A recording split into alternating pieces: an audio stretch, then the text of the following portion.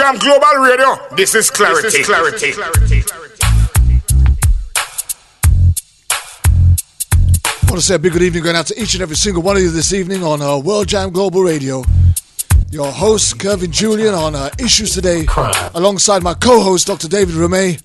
Already did my time. And our guests today will be Andy Christopherson and Dinah Vargas.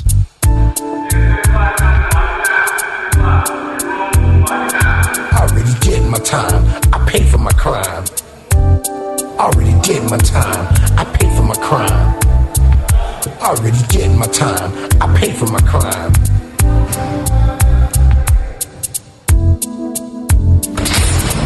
First and foremost, I want to say it's absolutely great to have Dr. David back with us this week. We really have missed him. I had too many rivals. I was too young and foolish to stay in school. I learned my lessons in the streets. There was not a man I couldn't beat. I'm positive, quite sure. Quick on my feet. But as we head into that segment of the thoughts of Dr. David Ramey, he will enlighten us now things have changed on how things are going in America today. I'm a changed man. Don't need no gun in my hand. It ain't a... As for our guest today, short to spend it all in jail.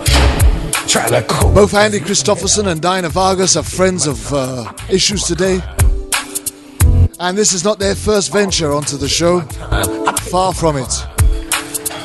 But they seems to have enough going-ons down there to fill quite a few months. Already did my time. And after the last few engagements that we've had, are we surprised that we're back in New Mexico, Albuquerque again? Some of the things that we'll hear today will shock you. Maybe not so much surprise you. I'm not proud of what I had to do. Corruption and brutality is rife. I had to repent. I must admit, I was doing all kind of stupid shit. Please sit back and think it over. Join us on www.worldjamglobalradio.com. I was young and dumb. My brain was so numb. I was a real Forrest Gump. Find us on the Issues Today Facebook page. Had a lot in common. Follow us at Issues Today. Schwarzenegger. Which is our Twitter handle. Like a real alligator, especially all you haters. The opening statements are going on right now. And you can stay locked in tune. In prison.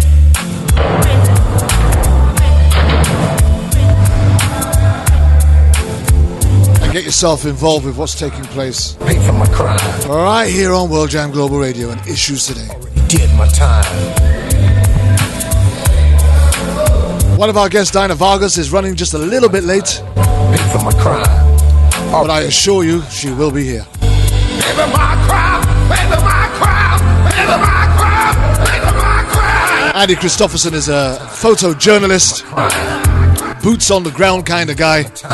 I paid for my crime. Takes it up on the front line. I'm trying to get this felony off my back. And you can't miss him. Track and have the right to vote and live like an ordinary citizen again. This is my message to all of my friends. As for Dinah Vargas, statewide, worldwide, a real trooper of an activist. I was good with my hands and very quick on my feet. I was swimming in women. Someone who puts herself right in there and rolls up her sleeves. Money, life is so sweet.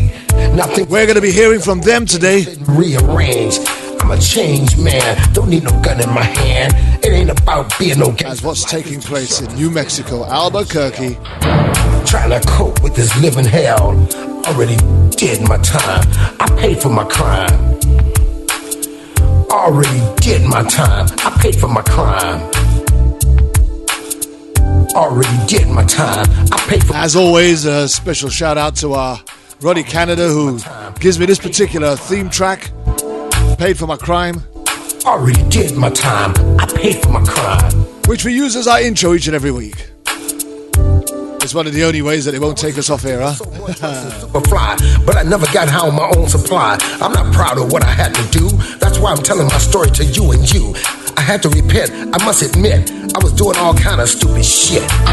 Now sit back and think it over since I've gotten older. The life I used to live, I wouldn't do it again. I was young and dumb. My brain was so numb. I was a real Forrest Gump. As we come to the end in the UK of the English Football League, I was the real Terminator, much meaner than while they continue to celebrate wow, like a real alligator. Leicester City's triumphant victory. Already did my time.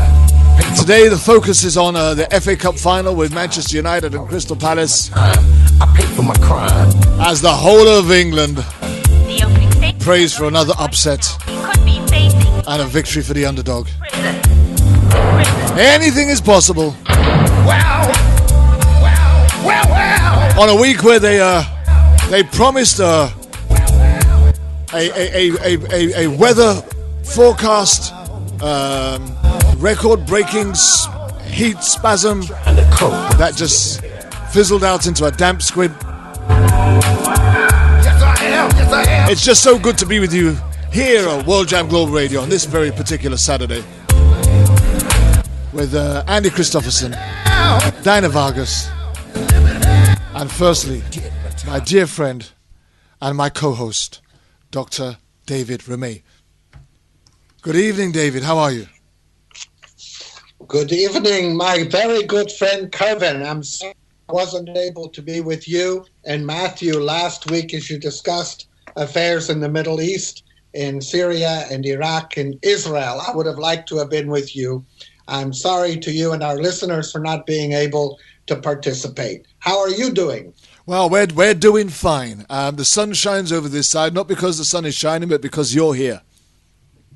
Well, great. We've had some nice weather. We're in for about 5 days of rain in Connecticut. And today the ocean is kind of gray, nebulous skies, and a very chilly May day. Normally it's around 74 degrees and Fahrenheit. And today it's about, I would say about 60 outside. People are walking, but they're carrying jackets with them and wearing them. Anyway, so it is, and we'll deal with the weather.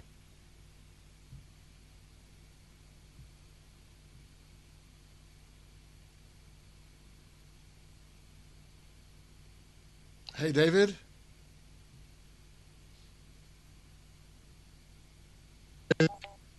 Presumptive nominee of the Republican Party is... Are you there? I'm here. Trump is now saying that Mrs. Clinton will free all violent criminals and take guns away from all law-abiding citizens. Of course, these are lies, and he likes to say lies. However, when it comes to matters of truth, Donald Trump has a problem. He says he's worth $9 billion, but the only way we can verify that is through his income taxes. And every candidate since Jerry Ford in 1976 has revealed, before he ran for the presidency, his income taxes, including Ronald Reagan, both Bushes, Obama. Mrs. Clinton has revealed 33 years of her income taxes, but Donald Trump says it's none of your business. It's none of your business. Now, I have a thought on that matter. I think we cannot elect. What's all that noise? I don't know. It may well be Andy in the background, Andy. No, sir, it's not me. There's something. All right. Go on. All right. Now, the deal is this. There's no way the center of the world can elect a man who says he's worth $9, bankrupted 4 times, has his private jet, a private helicopter, has cheated people out of all kinds of money, and is really said to be worth under $1 billion in cash assets, claiming to be $9 billion, and he won't reveal his income taxes for some lame excuse that they're under an audit. Well, Richard Nixon revealed his while under an audit, and he wound up paying a $450,000 fine, which was like $3 million in today's money. Now, I have a problem with this. And when I've made this clear, respondents to my websites have said, well, why don't you reveal your taxes, Dr. Romay? Now, that's the most inane thing I've ever heard in my life. I'm not a public figure. I don't want to be the president of the United States, and I have no obligation to share my personal wealth or lack of wealth with anyone in the world. But when you seek to put yourself in the public limelight, you want to rule the world, you want to bomb innocent people, kill the families of innocent people, you need to show us who you are and what you're worth, where your assets are, who you're invested with, and why you like Vladimir Putin so very much. Now, Netanyahu is a very good friend of Trump all of a sudden.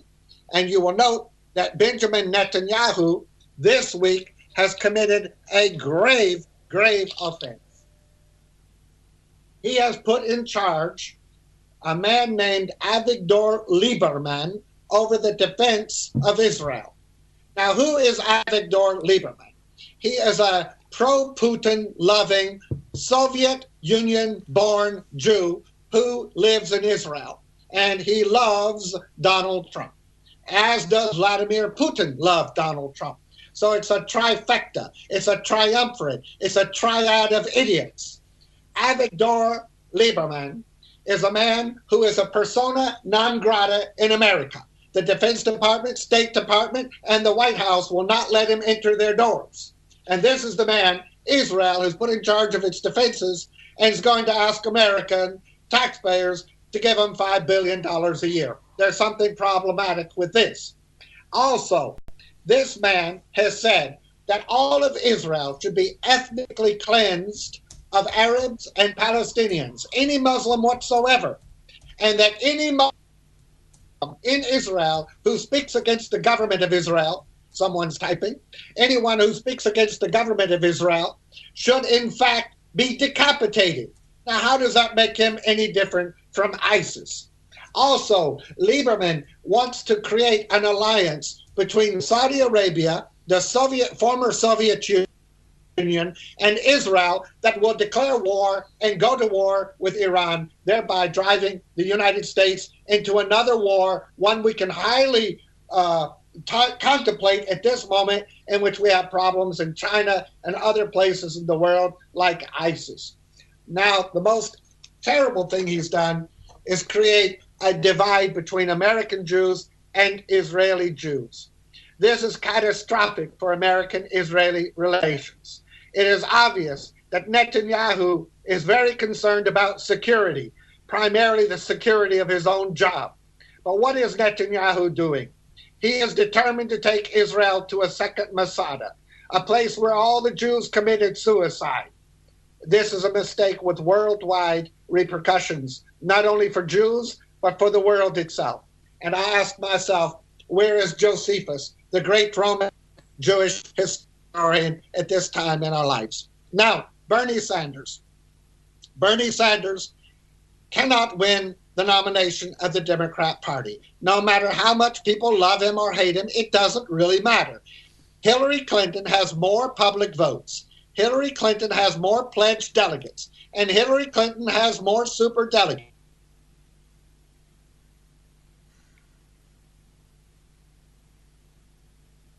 One fair and square. Now, the Bernie Sanders people must come around and recognize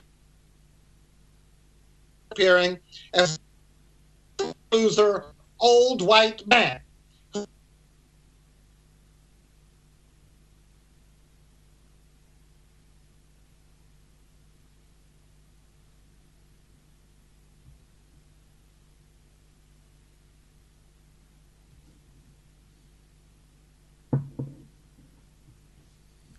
Your opponent in the same party in a way that could cost America our presidency. Now, what does the Financial Times of London think of Mr. Trump? Quote, unquote, Mr. Trump is a misogynist. That means a woman hater. A racist. That means he doesn't like blacks, Hispanics, and Asians. And a xenophobe. He doesn't like foreigners, even though all three of his wives are foreign. Well, two of them are foreign. The other one's from Georgia. That might as well be foreign. Now, truth is whatever he finds convenient. His policy ideas are ludicrous, where they are not horrifying. Yet his attitudes and his ideas are less disturbing than his character. He is a narcissist, means he's in love with himself. He's a bully. He picks on weaker people. And he spreads conspiracy theories such as President Obama is not an American and was not born in Hawaii. It is frightening to consider that a man of such low intelligence and gross greed could be our president. Today, the Republican establishment in the United States is the enemy of the white middle-class voters. but Trump is supposedly their savior. But have no doubt, Mr. Trump realizes that his supporters have no interest in the limited small state that the conservatives say they want. Get government off our backs. No, they want a powerful government under a dictator autocrat who is a sexual maniac and a racial misogynist, Donald Trump. And his response is to promise massive tax cuts, sustain spending, and reduce debt. These are fantasies. You might as well put Peter Pan on a slippery bar of potato juice because he's not going anywhere with that. He doesn't have any logic, no consistency, no truth. The fact of the matter is the elites of the Republican Party have set the blaze that creates this fire that has created a fury in America. And the working class voters are going to pay for it. Now, Trump has a 79% unpopular rate in America, and Hillary is not much better at about 70%. But this time around, Trump is a freak, and we cannot take the risk. Now, let me say this. In America, we have another situation like 2004. In 2004, Bush was losing the election to John Kerry. And so Karl Rove got all the homophobes out in the rural areas of West Virginia and Ohio and Pennsylvania. And they told them all that the homosexuals of America were taking over. They're going to get married. They're going to burn down their churches. They're going to rape their children. They're going to burn their Bibles. And all of America is going straight to Dante's Inferno. Well, of course, all that was bull crap. None of that came true. But it did get Bush reelected by winning Ohio. And now North Carolina, a key swing state, has a governor and a legislature that in 24 hours passed a bill saying that transgender people can't use a bathroom. What do they want them to do? Poop and pee in their own hands and carry it around with them? These are ridiculous people. But they know, as Karl Rove knew then, it'll get the homophobes out to vote. And that's what they want. They need the haters to vote. That is the Republican agenda for America. And while Alabama's redneck governor and Republican governor is stooping a girl who's working for him and divorces his wife for 40 years, he's continuing to hate gays and cries immorality. He's no more moral than that Republican senator from Idaho caught seducing a male policeman in a public bathroom. Now, Republicans say they want small government, but what are they doing? They are investigating Facebook and Mark Zuckerberg's company. How is it that you can say you're for capitalism and private business and small government, but the Republicans in Congress have time to analyze how much conservatives get airtime on Facebook? They're nothing but communist dogs and hypocrites. Now, Dilma Rousseff has been impeached in Brazil and will be brought to trial. And who's supporting her crooked opponent, who is now serving as the president temporarily? The Jewish community of Brazil. And why is the Jewish community supporting him? Because Mrs. Rousseff, the president of Brazil, had the chutzpah to tell Israel's Netanyahu she would not accept a fascist representative living in the occupied territories of that nation state as the ambassador. Now she's paying the price. Pfizer Corporation in America has said no more poison for the death penalty. They will not support the death penalty in America with their drugs. Good for them. And Edward Snowden's documents are being released by Glenn Greenwald. Good for him, because we'll know more about it. And of course, General Flynn, a 3-star top military general, has sided with Donald Trump, saying that he should kill the families of terrorists captured. That is ridiculous. The CIA even condemned that. It's unbelievable that we can believe a general of the United States Army, in contravention of international law, American law, the Geneva Convention, the CIA and the White House would advocate the killing of families of people arrested. Now, let me finish with this. Fox News has completely joined in with the Trump stampede. And the Jewish community, who are Republican, like Sheldon Adelson are in with Trump now. AIPAC is in with him. ADL is in with him. ZOA, Zionist Organization America, is with him. The Ku Klux Klan is with him. And all the racists of the South are with him. All the whores of the Republican Party, who 3 months ago were calling him a maniac, insane, a liar, unqualified, they're all lining up with him and Fatso Chris Christie to bring down this great nation. And that is the tragedy that we face in America today. And what is the attitude of the average person? I'll finish with this. We are debating an education bill in the state of Connecticut, and a schmuck wrote into our local newspaper, if we want to win World War III, we need, quote, to prepare to sacrifice all resources, including education, in favor of keeping our Army and our policemen and firefighters in peak performance mode for the invasion we expect and the victory we hope for. I say this, if we want to avoid World War III, it's time that we educate American children instead of buying military weaponry so that those children will be intelligent and knowledgeable enough to elect people other than warmongering freaks like George W. Bush and Donald Freaky Trump. That's the way it is in America today. Well, thank you very much, Dr. David Rumey, and that there is a segment which we now call The Thoughts of Dr. David Rumey.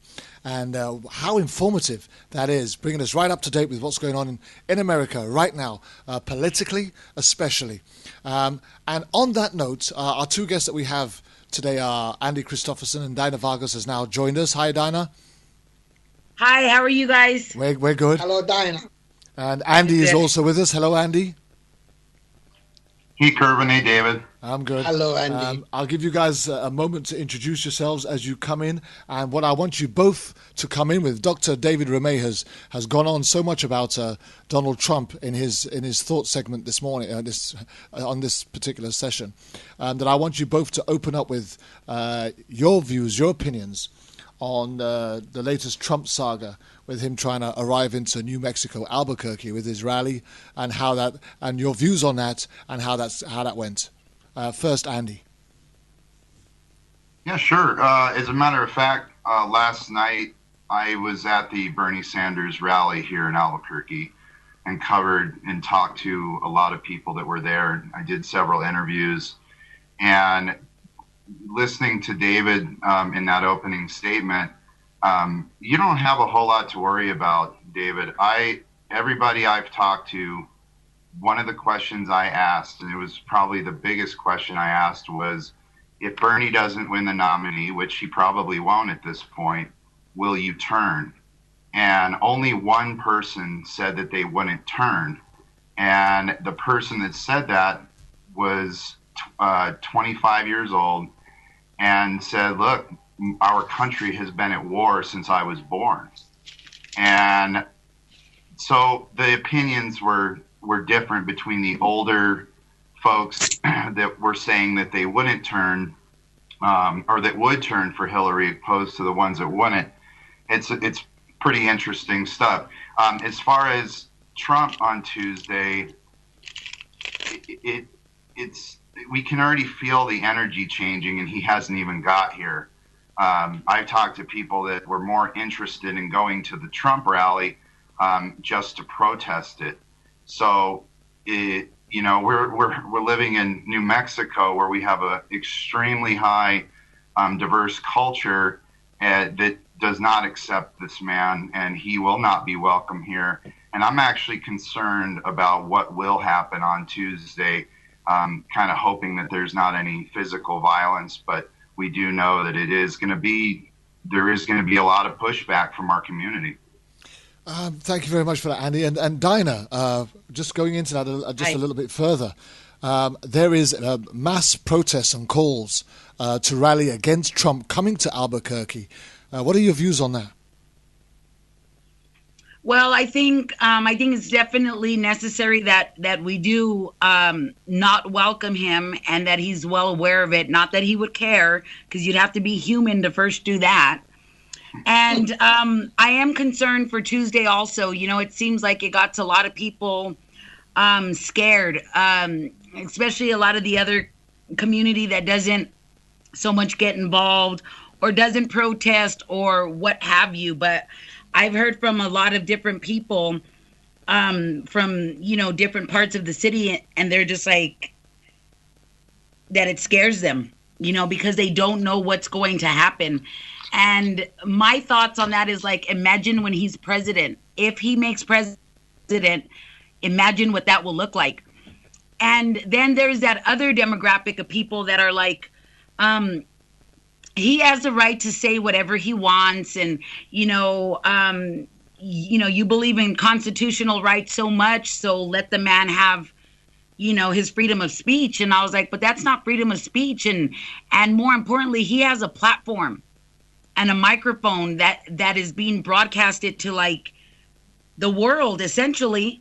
So he doesn't have the right to say what he wants in such a way that, one, incites riot, two, divides us as people, three, shines a light on bigotry and racism, period.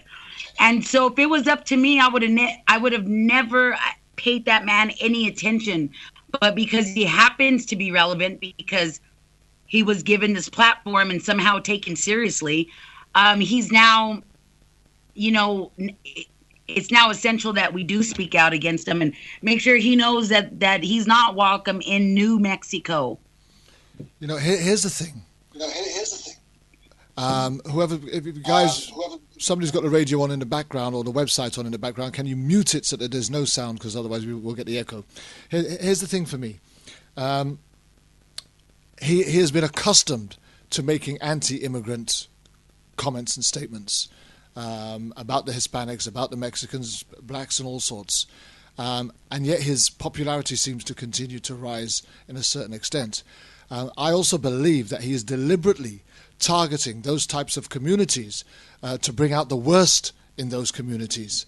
Why else would he bring himself to somewhere like Albuquerque, knowing that is a frontline community of Mexican immigrants who are all going to be, you know, raising their banners and hopefully, in his opinion, showing their anger in such a way that he can continue to get the affirmation of all the supremacists who abhor the immigration status of America at the moment.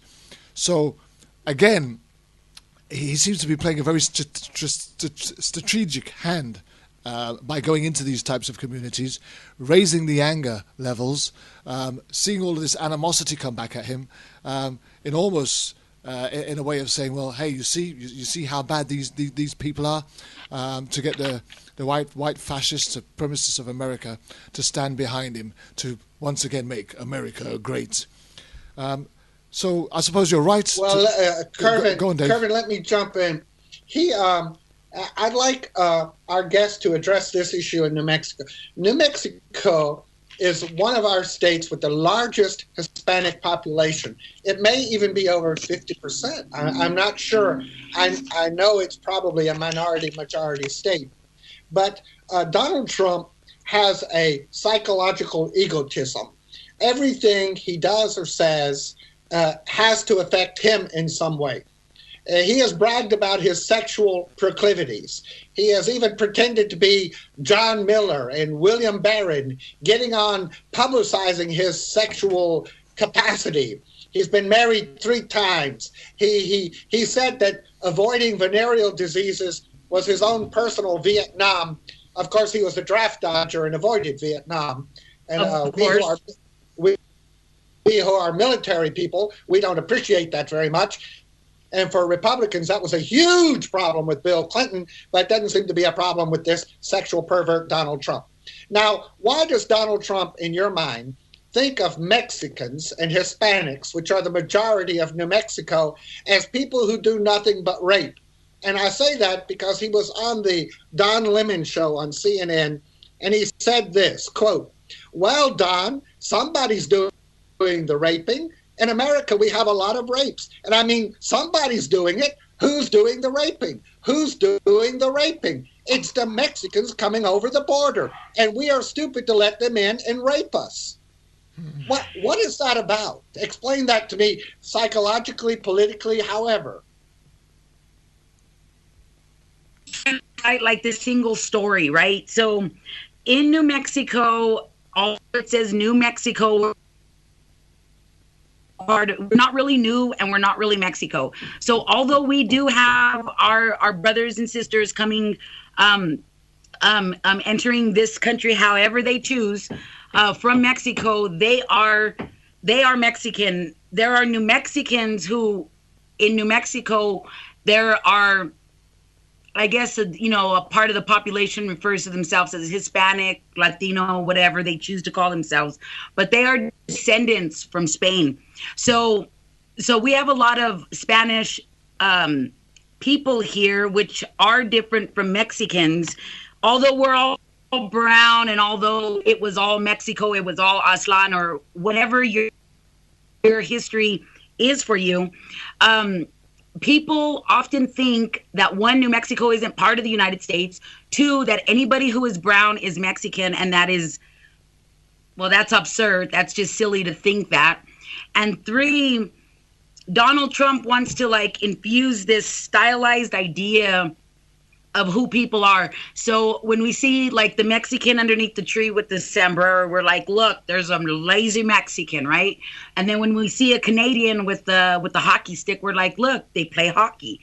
So it just reinforces these stereotypes that people have, and they're single stories, and ultimately they become the most dangerous story ever told anywhere, whether you're an American or not, because it defines people, and then it defines all people. So that's why you see people that are brown, whether they're Mexican, Hispanic, Spanish, whatever, Latino, Chicano, Mexicano, whatever, supporting Trump, because they think that Trump isn't talking about him, because in our mind, or in people's minds, they're not Mexicans, because in fact they're probably not. And so maybe they have a problem with people crossing the border or whatever and entering this country. And so, in their mind, they don't even realize that Trump is, in fact, talking about them. Anybody who is brown is a Mexican in his mind, and if you're black, you're a slave. I mean, anybody who supports Trump supports those ideas. You support bigotry, racism. You support your allegiance to the flag instead of your allegiance to the Constitution. It takes more than waving a flag around and being American. It takes, what we should be pledging our allegiance to is the Constitution, because we have the right, no matter what it is, it's not subject to approval or disapproval, to feel and think however it is that we want. And Donald Trump seems to think that doesn't apply. That's why even during his own speeches, he likes to, oh, don't worry about it. If he gets beat up and you get charged, I'll pay your legal fees. How is that not inciting a riot? A riot carries a life sentence in America. Andy, what do you think? Andy, I just want to get Andy's comment on. I think that we have a good comment there from Dinah. I'm sorry, it's Diana. I'm sorry, it's a good skip. Okay. I'm sorry, Dinah. Forgive me, dear. I do. I think what Dinah said is very clear. Trump says these atrocious things, Andy, and then he acts like he didn't say them. For example, he'll say, a well-educated black person has a tremendous advantage over a well-educated white person. Or he'll say, black guys counting my money? I hate the idea that blacks count my money. I only want short, fat guys in yarmulkes counting my money. And then he'll say, black people are lazy. And then he'll turn directly around and say, I have a great relationship with the black people. I've always had a great relationship with the black people. It's only sad because President Obama has done such a terrible job as president. You won't see another black for generations. But black people love me. African Americans love me. I have a great relationship. How do you explain a person like this? You can't explain a person like that, David. This is the fact that what you just said, that we're even having this conversation, is absolutely mind-blowing to me. Yeah. I'm embarrassed. I have friends that live all over the world that are watching this, and when we talk, I'm ashamed of what's happening with that. I can't explain why someone would even say such things, although I will say this. My time being involved in politics and in our state government, you find that a lot of these people, I mean, Trump has mastered this. They're all actors. This is a play. This is theatrics. It's drama. A lot of this has nothing to do with how to fix our country. This has to do with how am I going to get the most votes? And this guy has it mastered. He is playing off of the angry Tea Party movement that started some years back, that failed out, the Michelle Bachmann crowd, the Ann Coulter crowd, all those lunatics. And he knew that there was a big backing behind it, but knew how to take it to the next level. And I get really irritated when I hear people say, Donald Trump he says what I'm thinking. Well, that's freaking scary, because what happens here is that all this racism and this systemic white supremacist way of running this country, he is bringing that right out into the front. And the other Republicans that are more conservative on the way that they're approaching their elections, they knew when they lost the last election, they knew damn well why they lost. And they said it. They said, we need the black vote, we need the Latino vote, period. And they did nothing to change these things. Marco Rubio pulls some last minute, I love Latinos, even though I'm a Latino. No, this hatred has been building up, and Donald Trump has figured a way to knock into that market and exploit it to its fullest potential. Absolutely. Republicans vote. They vote hard. Democrats have not been voting, and that is why we have lost. Sure, we might have had the presidency over the last 8 years, but we have lost damn near every single state election. And after the Republicans lost in 2012, they said, this is our new strategy. To hell with all the politically correctness. Let's go and take every governor and take every Senate seat that we can. And they packed the state governments and the Senate and everything with Republicans. And they were able to obstruct everything that President Obama tried doing from day one. So my opinion on why a person would say one thing and then go to the other and pander and flip and let's throw Hillary in. She has changed her views many times as well. It's because they know exactly how to exploit what they failed on in 2012. I couldn't have put it any better myself, Andy. That was an absolutely perfect response, explanation, and definition of what's taking place right now on the Trump side. And furthermore, let's just have this right. If that was a normal human being or nationalist behaving in the way that Donald Trump was behaving, they would be sectioned and put in a mental institution by now, with some sort of psychopathic, schizophrenic recommendations and medication to go with it, because nobody could. What gives him the pass? What gives this guy the pass? Money. The fact that he's a reality star? Money gives him the pass. That's right. No, I think there's something more. I think it's the inherent racism in the United States. I mean, let's face it. When he says, make America great again, he's really saying, make America white again. Yeah. Make America white again. Yeah, these people do not want to lose their privileges. They like being in charge, and they do not like the changing face of America. But more importantly, they're afraid of it. And when they say most Americans don't pay income tax, what they're really saying is most white Americans over 65 on Medicare and Social Security don't pay income tax. But they don't want to admit that the benefits, why should a 90-year-old person who's got a life expectancy of 6 months have $1 million heart transplant? Why should a man who is 94 years old and has a life expectancy of 0 have a $25,000 eye operation? I mean, I know it sounds cruel, but we need to spend the resources on the young people who are paying for these benefits. And if these old people want to have all these benefits, they need to vote for the people who gave it to them, the Democrats, not the Republican fascists who are lying through their teeth about America.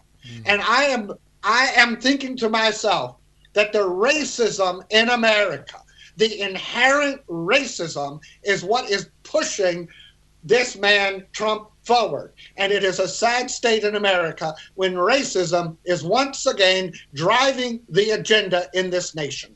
And I would like to ask Kervin, how do you feel as a black man in England when you hear a person like Donald Trump, in whom England has largely put its security, the United States, having the possibility of being the leader of this nation?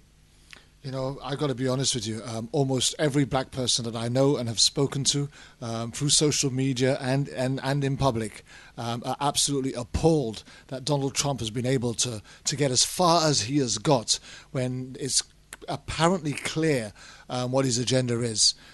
We cannot understand in this country how Donald Trump has been able to get the platform that he's got, the momentum that he's got, the support that he's got, and the amount of votes that he is Bill getting. O'Reilly.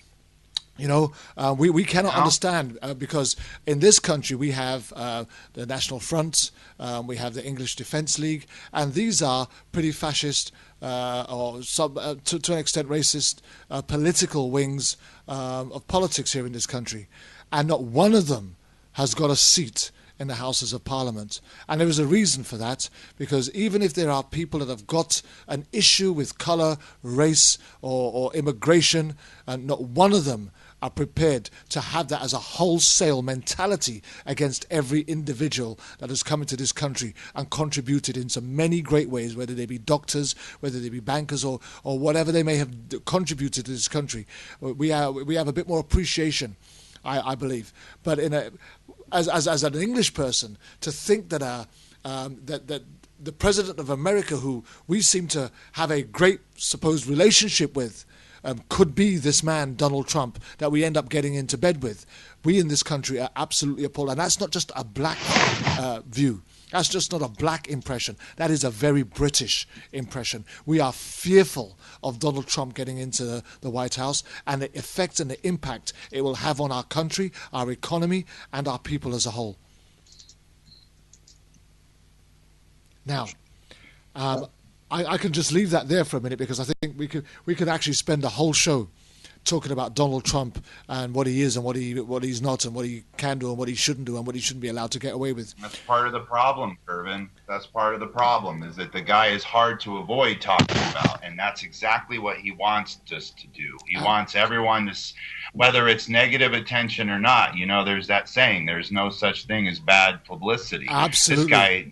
This guy's taking it to a whole other level. So, yeah, I mean, we're even guilty right now, right? Yeah, we've just fallen right into the trap. I don't think we're guilty. Let me say this. A lot of Republicans, I want to speak as an historian for a moment. As you know, I am a professor of history. I want to say something here.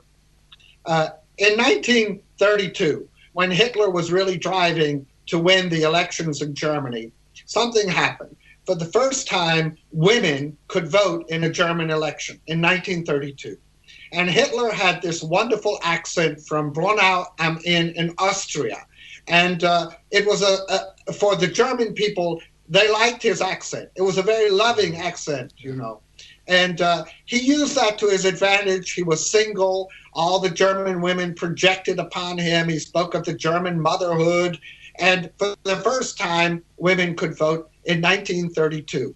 And Hitler got, in the previous election, a year earlier, he got about 4% of the vote. And suddenly he went up to 35% of the vote. There's no doubt that the women helped project him. And if you look at the films from the Nazi era, who do you see out there throwing flowers and saluting him when he's driving along the parade route? You watch, it's women. Yeah. They're going bananas for him. Bananas for him. And those women at the end of the war, got what? Raped and raped and raped and murdered. And some of them hung themselves. Thousands hung themselves to avoid being raped. Now, that was the price they paid for their stupidity. But the men and the women elected him. And the German industrialists like Krupp and Bayer and BMW and Mercedes, they all thought that they could control the little corporal. Well, we'll put him in, and Hindenburg and the rest of us industrialists who are putting him up there, we'll use him as our puppet to get what we want. Well, that didn't work out too well, did it? No. They got 12 years of living hell, and at the end of the 12 years, the 1,000-year Reich was left in absolute, deject, unconditional surrender, ashes. Now we have the same thing in America. Yeah. These white people who want their privilege, they want to be the super race, they want to control blacks, gays, lesbians, transgender, Hispanic, Asians. They want America to look like it did in 1607 or in 1623, Jamestown and Plymouth. Well, that's not America anymore. And Hitler's Germany wasn't the Germany of Bismarck anymore. And they had to deal with it. Now these big, rich Republicans and people like Sheldon Adelson and billionaires like Koch and other billionaires in America, they think they're going to put him up there with Mitch McConnell and Paul Ryan and Newt Gingrich and all the other Republican rednecks, KKK members, and they're going to control Donald Trump. Then the industrialists and the wealthy and the women controlled Adolf Hitler. And we know that. So when we speak about Donald Trump, we are not doing him a favor. We are doing what the German people did not do. We are speaking against him. We are opposing him. We are giving our lifeblood, our honor, our reputation. We are even surrendering our relationships with our family and friends and neighbors to oppose this beast, this monster, this anti-American with all of our strength and our blood.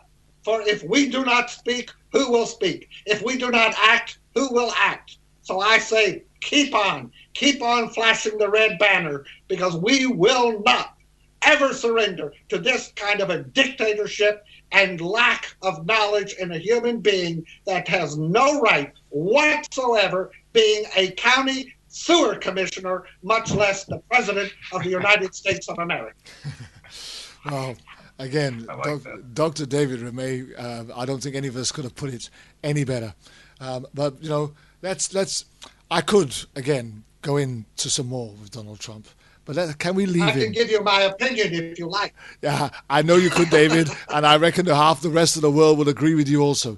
But there are some very... Let's go to Albuquerque. Yeah. Let's go to Albuquerque. Let's go to Albuquerque. Now, be careful. Bring a bulletproof vest if you come There here. is a particular story that came out of Albuquerque, which really got my attention, and it was a story where it was divulged in one way or another that APD gets approval to manufacture crack cocaine for buy-bust operation. Now that got a tremendous response on social media, as myself and many other activists started to post that, and it almost went viral. Well, I think it probably did go viral, actually. But this is in your town, New Mexico, Andy and Dinah, and the very thought of a police department being given permission, and let's just have it right, whether or not they are doing it or not, it has actually been confirmed that they actually have permission to make it, but they just haven't had to use it yet. I even find that abhorrent. But the very fact that they have permission to make crack cocaine and then go and sell it to addicts and users in order for them to arrest them on a buy-sell, it's shocking, isn't it?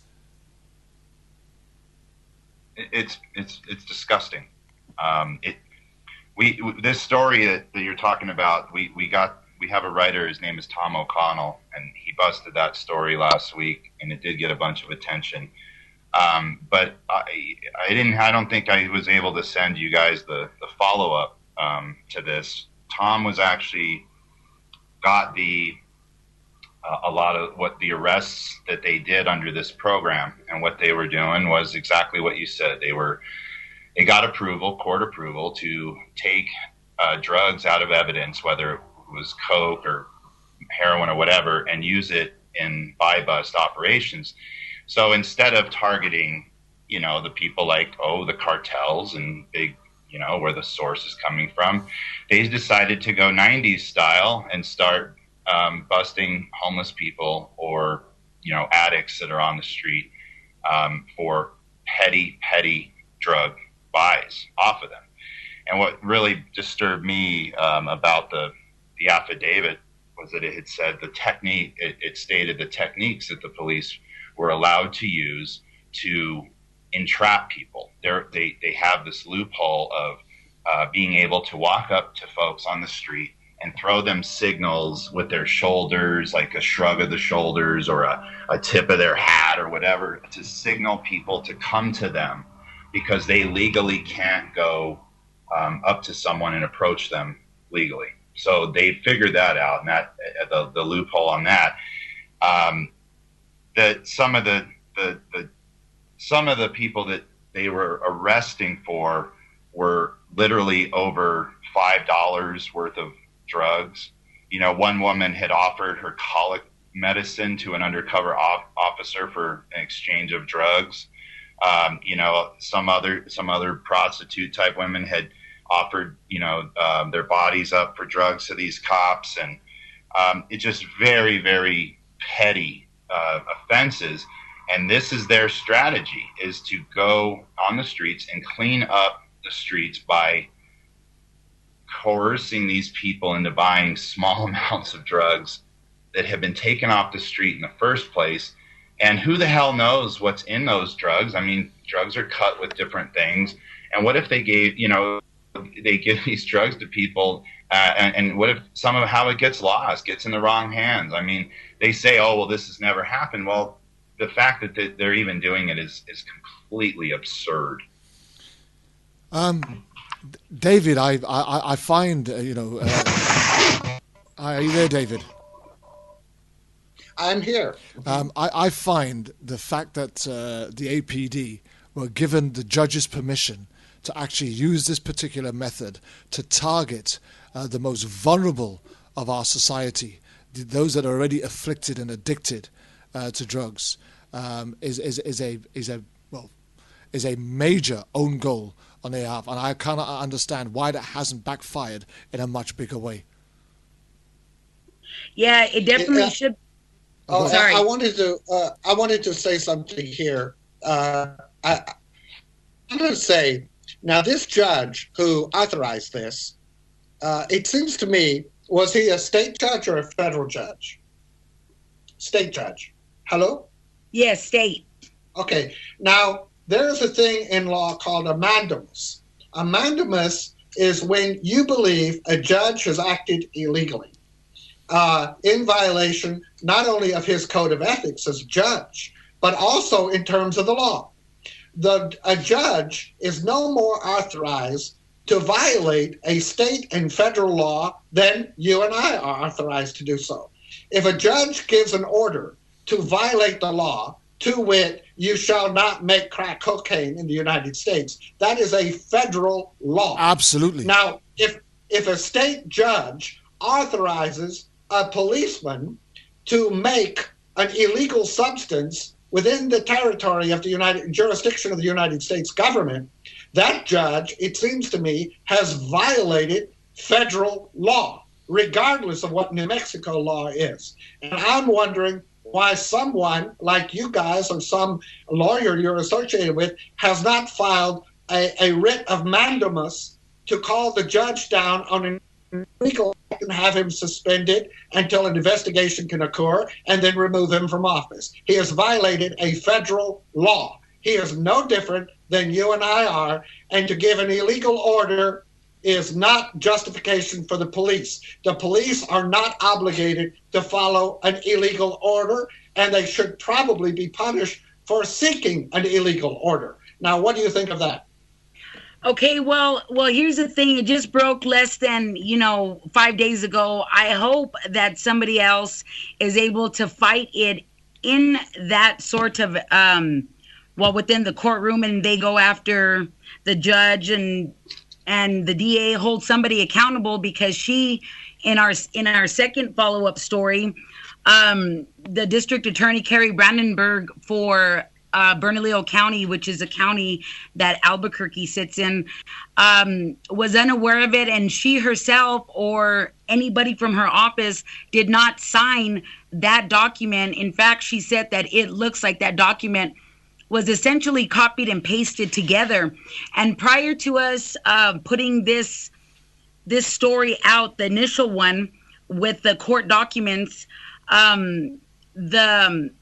we got a phone call from an attorney, and not we, but Tom, and we were inside the office here, and the attorney was like, I don't know, man, like, where'd you get this stuff from, because this document it doesn't look real.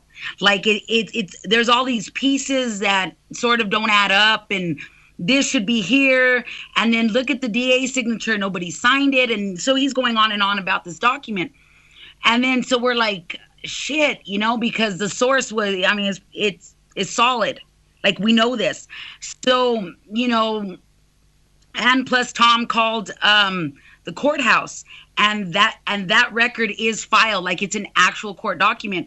And so we're like, no, we're good. Like, we're just going to carry on, because that's what was filed. This is the legal document. But even in that moment, it created doubt for even ourselves, even though that document came from the courthouse, and it's like, what the hell is going on? Like, now it's really weird, right? And so there's literally only like 4 of us working within Burke Media, and we cover, obviously, like all social and political injustices that we can.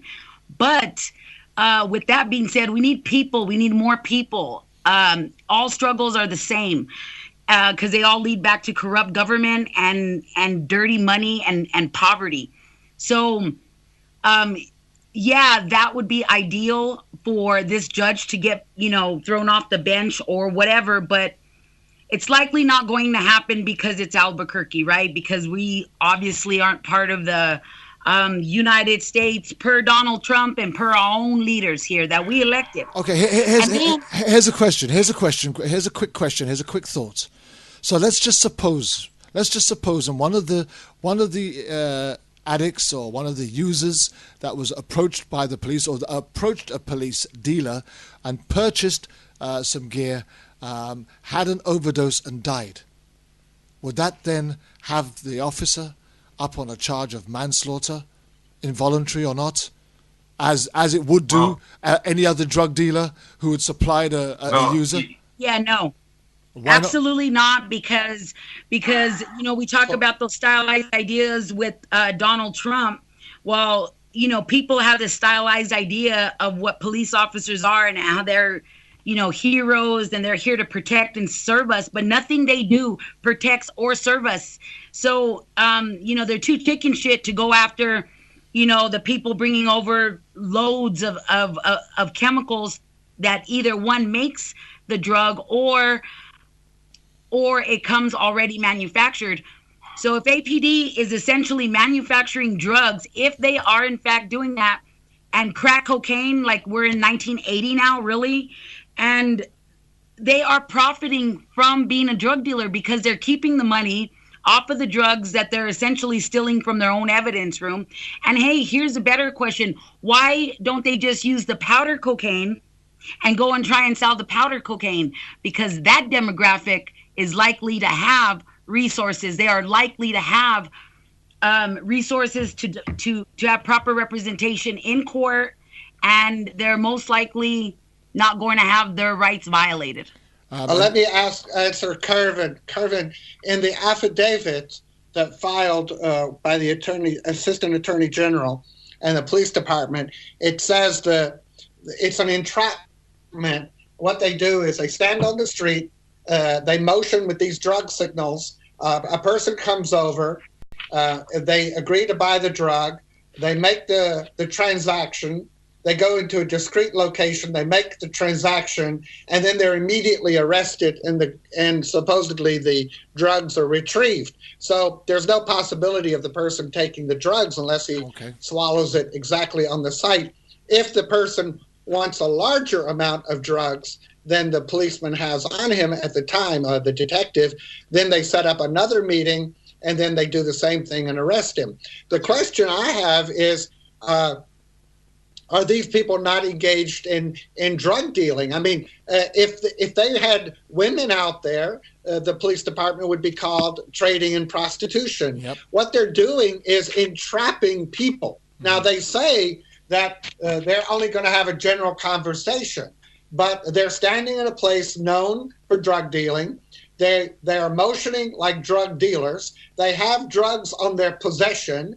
They're willing to make a transaction. And let's say somebody's just walking by that evening on the way home from the theater, and this happens, and he says, I don't really do drugs, but I think I'll try it once. And he goes over there, and he's arrested. That is entrapment. Entrapment is causing a person to do something he would not do unless the opportunity presented itself. Absolutely. And that is what the police are engaged in. But there is one point that we seem to have very quickly skimmed over, raised by Dinah, and I want to go into this a little bit deeper if we can. Dinah raised a point as the fact that they are actually keeping the money that they are getting from selling the drugs. Now, I want to know we could be talking about a lot of money here, right? But who is responsible for accounting for this money that these officers are picking up off the streets? Dinah, I want to come back to you on that. The state's attorney, the district attorney is. The district attorney gets the money. Well, absolutely. Dinah? Yeah, the district attorney probably isn't getting the money. In fact, he gets it and divides it up. He probably shares it with the police and other people. Oh, you mean like under the table? I'm sorry, I didn't know you were talking. I thought you were talking like legitimate accounting practices. No, I would normally. What happens is that when a district attorney. When a district attorney makes this kind of a motion, the proceeds go to him in what they call a victim restitution fund or a compensatory fund, and then he will distribute it out to the police or boys and girls clubs or victims, or that's how he gets reelected. Remember, they're elected. Right. They are elected, and it's a political fund.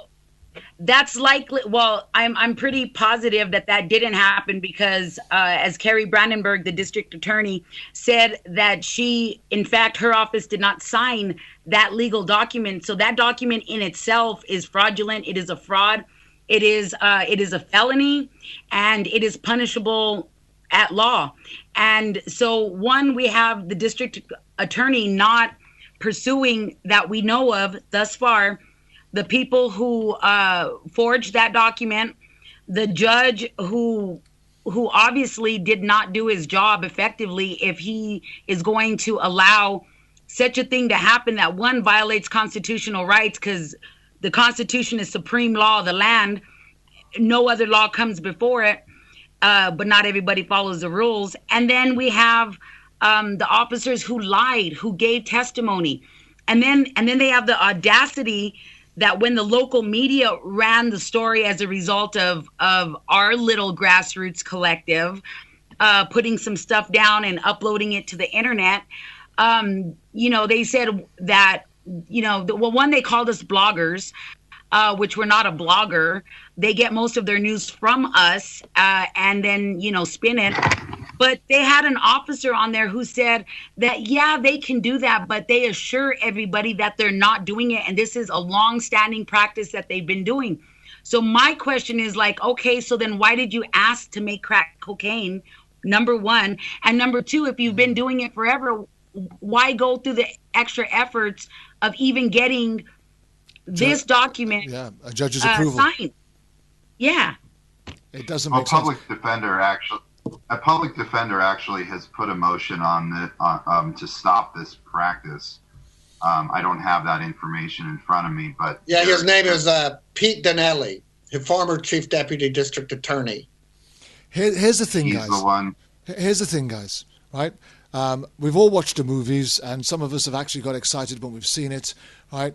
So you get a police who goes undercover, joins a gang, in order for them to bring down these big bank robbers, or they go and join a militant group to try and infiltrate the groups so that they could bring down a particular risk to the nation, or they've gone undercover and joined the mafia and things like that so that they can expose corruption and stuff like that. We get all of that, but where is what they're doing with this particular judge's approval? Is it any different to a band of police officers, right, setting up their own bank robbing team to go and rob a bank just so that they can try and sniff out the money launderers? Is there any difference?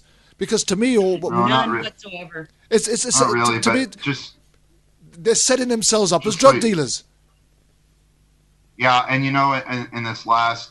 There was 9 arrests in May or something that we've gone over, and I don't know how much money they're actually making because these are really, really low. I mean, we're talking $5-10 deals here. I mean, we're not talking big money. So, I mean, even if they are taking money, like, for forfeiture type things, I don't think it's too much, it has been too much yet. But like Dinah said, the narcotics officer that was interviewed by our local media said that they've been doing this since the 90s. Those were his words. He said, we've been doing this since the 90s. Well, obviously that hasn't worked. And that type of policing caused the LA riots. It was not just Rodney King being beaten. It was the way that they were the drug war that was implemented by Nancy Reagan. And I say Nancy because she was the one pushing that agenda, and the illegal stops and the stop and frisks and those type of small drug raids really damaged the community. So when Rodney King was beaten, that was just sort of the match in the gas, right? And that's what it's amazing about this city is that we're in the middle of our Department of Justice is reforming our police. And one of the big things the police department keeps, going on about is how they need to gain community trust.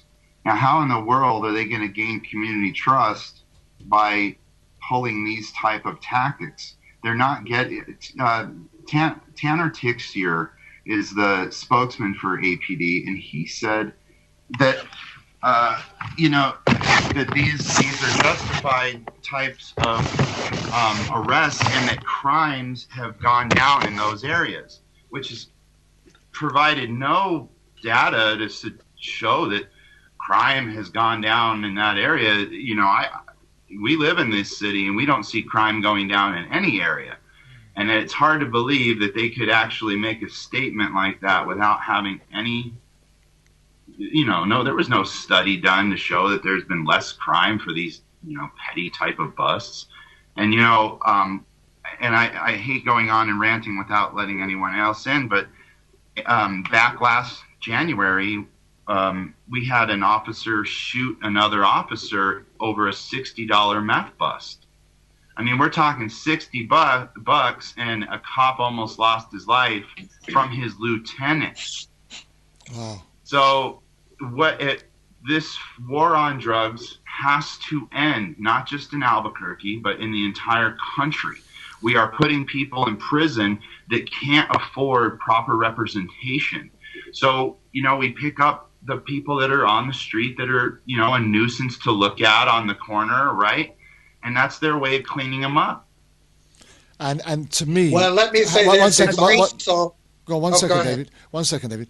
That's the biggest alarming thing to me. Because if you've got a war on drugs, right, surely the people that you should be targeting are A, the people that are manufacturing, B, the people that are bringing it into the country and distributing it, and C, the dealers who are absolutely taking advantage of the vulnerabilities of the addicts that have found themselves dependent on these substances.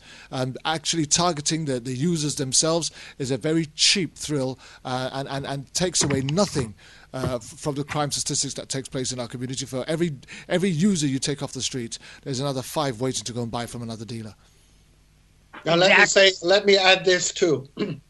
The Mexican cartels which are very close to New Mexico, make $5 billion a year on drugs.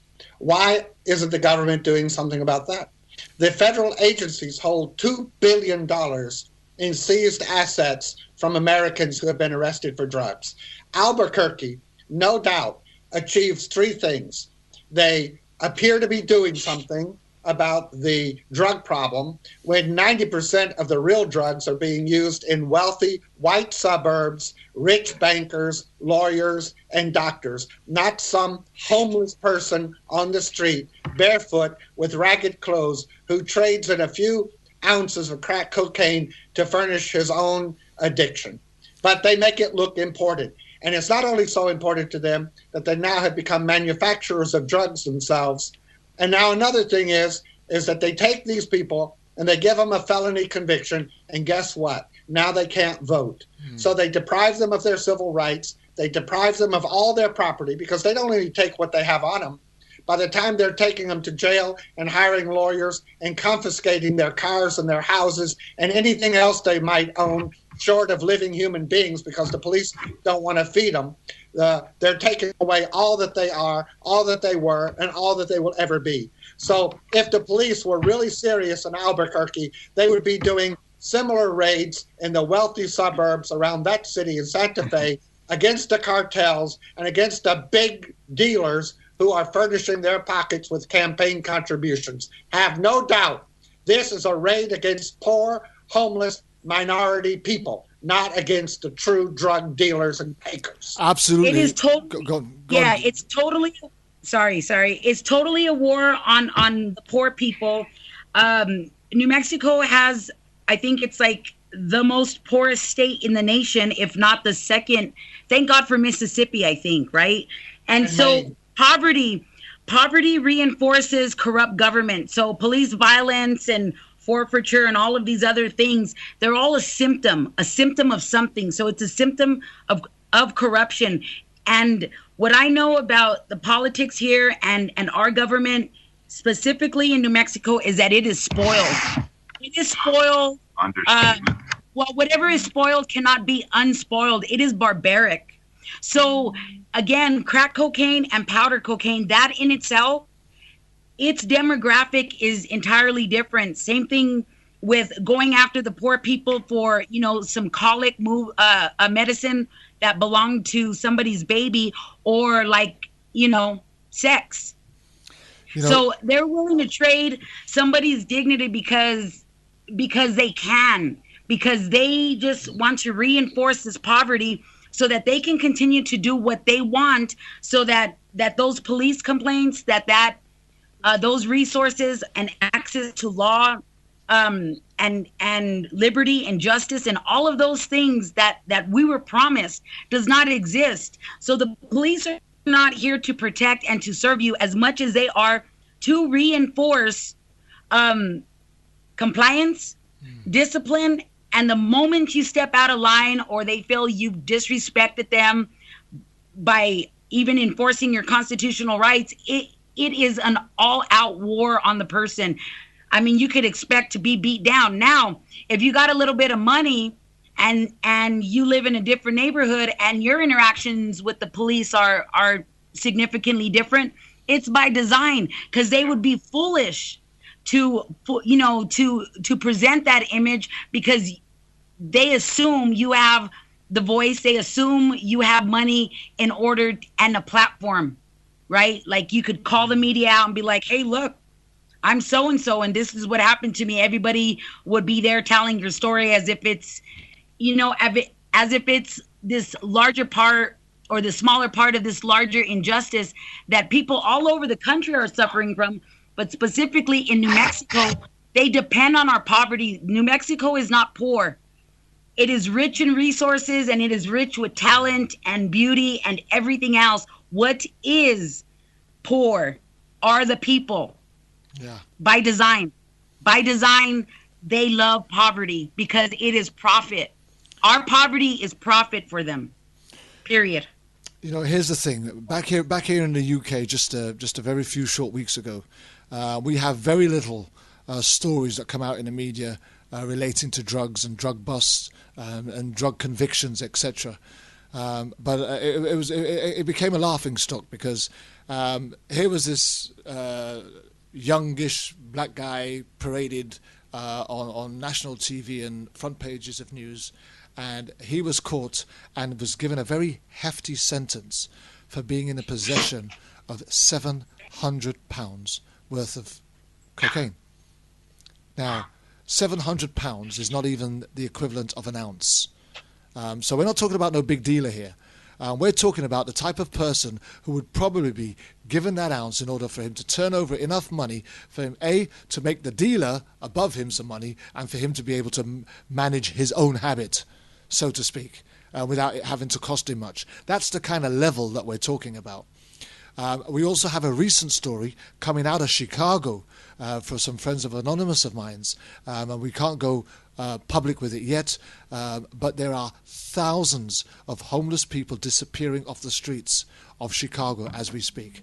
And we're beginning to wonder how this targeting of poor, vulnerable individuals right across not just the United States of America, but over here in the UK as well, how it continues to be a soft touch for the police, when it is well known that most of the people that bring in these drugs, that manufacture these drugs, that distribute these drugs, are living in mansions right next door to some of the biggest representatives of our countries. Absolutely. And who go absolutely untouched. Since they brought this law in that they can confiscate any proceeds earned from the handling or distribution or selling of any criminal activity, we have actually had less big dons arrested in this country. And I'm sure you may well have found the same thing out there in America as well. So here's the thing. If there is a real war on drugs, the question has to be, right, whose war are we fighting? Because all I appear to see, all I can see is that vulnerable, poor, homeless people who are addicted, afflicted with this thing, instead of getting the help and the support that they need to get back on their feet, are just being hammered into the ground, and the government gets the credit. You know, I'm really glad you brought up the missing, because here in Albuquerque, there are a lot of people that go missing all the time. In fact, there are a couple of groups that specifically deal with the natives, the indigenous people that are being kidnapped or disappearing from the streets. Like, they're just gone. No place in sight can they find them, and these are overwhelming numbers. Native Americans are one of the one groups here in America that are shot and killed by our police in disproportionate numbers, and they are kidnapped and taken from our state in ridiculous amounts of numbers. So perhaps we can start making this a national issue and start bringing that awareness to the streets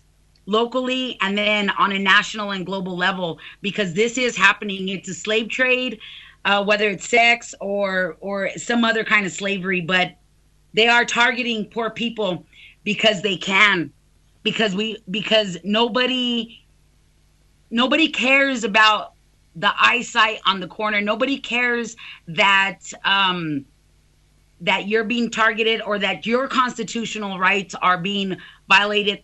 In fact, what their idea is, even if they are the same race as you, as long as they're doing a little better, they are happy not to be you, because that means they're not you, and like they're not the ones getting beat up. We all know what it means at the end of the day. We all know exactly. Diana, one of the things that interests me about this Albuquerque situation is usually poor white people use methamphetamines, ice methamphetamine, and poor black people use crack cocaine. The ice methamphetamine problem in Albuquerque is 14 times higher than is crack cocaine. And yet crack cocaine is 50 times higher the focus of the police department. Right. Powder cocaine is 90% used by white people, whereas crack or solid cocaine is used by 90% of African Americans or poor people. Now, It seems to me that the powder cocaine has 5% of the resources allocated to it, but crack cocaine has 70% of the police department's resources. So can we not see by the numbers of use and resources in trying to prevent the use that the focus is primarily on minorities and not on the whites? Absolutely. And on those drug use by the minorities and not by the whites? And is that not something clearly obvious to the people of Albuquerque? Or do they not care that the white people are using drugs? Exactly. It is clearly obvious, but even if we take it a step further, like during the court process, like the conviction process, crack cocaine, even if it's the same amount of powdered cocaine, like it's the same amount of drug, it's just, it's ingested differently, okay? And they have in the court systems like what you call minimums. So even if the judge is completely lenient and wants to be lenient and is compassionate and understands, like, let's say you were a victim of having this crack cocaine on you, that the law itself is written that the judge cannot issue any other sentence to do time in jail, jails that are for profit. They have minimums, so they are mandated to give you X amount of years, whereas powdered cocaine, they can say, okay, well, I'm going to give you 6 months probation and go seek some treatment. Go seek some treatment. Go get some treatment and help yourself, and God bless you. Yeah. Go America. And one of the funniest things is, although they may have rehab and recovery facilities for powdered cocaine, as in this country, I know there is no actual facility that is geared up or prepared and has resources for dealing with crack cocaine addiction. So the user gets no help whatsoever. I agree wholeheartedly with David that this seems to be a particular African American, poor, vulnerable attack on a community as opposed to a war on drugs. Yep, chicken shit is what that is, all the way, because they don't, like even the enforcers, they're so stupid. I mean, poor souls, that they don't even realize that they themselves their minds have been polluted with propaganda, in that the crackhead on the corner and the prostitute over there who has lost her goddamn mind and she's selling herself all over the city, that those are your enemies. Those are your enemies, not the people that are actually preventing resources from hitting our streets, from having clinics or rehabilitation or safe houses to use, like how they do for heroin users that now affect like a whole bunch of, middle-class white people. They don't see that in improving people's lives is what makes us thrive. It's what makes us supreme. They don't see that. They see the standard crackhead as their enemy, and the politician who is profiting from it and not paying them a decent wage and making their lives a living hell with the people they work on or work with, the community, that they are by design. They're just stupid to know it. See what I mean? I want to continue, Diana, on this race issue. What happens is parents in the white community, and Andy, I'd like you to comment on this too. Here's how I envision it. So I'm a middle class, upper middle class, or wealthy white person in Bonillo County or somewhere in New Mexico. And I go to the pharmacist because I've had a gallbladder operation, appendicitis operation, I don't know, any kind of operation. And I get Percocet or some other opiate drug. Now, the pharmaceutical companies encourage doctors to give these opiates to their patients because they make a lot of money on them. And they downplayed the addictive quality of the drug, and doctors don't advise their patients about that addictiveness. So they come home, the parents are responsible, they take 2 or 3 drugs, and they leave them in their cabinet. Suddenly, their high school kids get these drugs, and they take them. After 10 days, they become addicted to the drug. The pharmaceutical companies have had to pay $1 billion in damages in lawsuits because of this, but $1 billion is a drop in the bucket when you're making $100 billion from them. So the kids then can't get the Percocet anymore or the opiates. So what do? they find out they can buy heroin on the streets in New Mexico for cheaper than the prescription drugs cost. And then they get addicted. Then they get into the criminal justice system. Now, if you're a white kid, you've made a mistake, and you go to some wealthy center that treats you for addiction. If you're a black kid or a Hispanic kid, you go to jail, you're not bonded out, you meet other criminals, then you get assigned to prison, you go to prison, and your life is screwed up forever. Is that not the system? Well, let me comment to that specifically, because I think here in New Mexico, wait, before you do, let me say this. New Mexico has 2 times the national average rate of drug overdose deaths. In your little state, you have 521 people dying every year from drug overdoses. Now, if 2 people died of AIDS in New Mexico, the Republicans would want to ban all gays and put them out on an island, or drug users out on an island. If you got Ebola, there'd be a revolution in your state. If you got a Zika pregnant virus woman, you'd go insane in that state. But it's okay for 521 people to overdose on addictive opiates because of the pharmaceutical companies. Is that right or wrong? Okay, so that is right, but aside from race, again, we're looking at classism. So although there are, by great proportion, people of color that do not get a fair shake at the system, and there are a lot of the counterparts who happen to be white that get off because they've made this mistake, like you just explained. But in New Mexico, people are very blended. So it is about race, but it's also about classism. So if you happen to be the Mexican with a little bit of money, or the Hispanic, right? And you are have a different class status, you will likely be afforded those same types of leeways and excuses. Okay, so just because they look like you and just because they talk like you, have the same last name as you, doesn't mean that they think that they're even of color. So we have a lot of very whitewashed people here who happen to be of color. And so although you are right, it goes beyond race. And I just wanted to mention the classism portion of it, because so long as you have money, or so long as you have resources, it just looks a lot different. Okay, listen, we really do need to move to another big story that we've got coming out of Albuquerque. I could stay on this particular story all day. It has a personal relevance to me, and I'm very keen and interested to see how this develops. And I'm quite sure that we're going to be getting some feedback as this continues to rile up in New Mexico.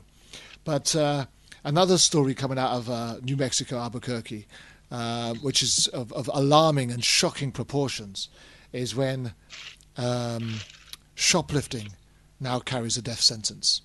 Now, Now, let me just say this for our listeners who might not be aware. I'm not talking about somebody who's going to court and being sentenced to death for shoplifting. I'm talking about where excessive force might be used and the person being detained can die for shoplifting.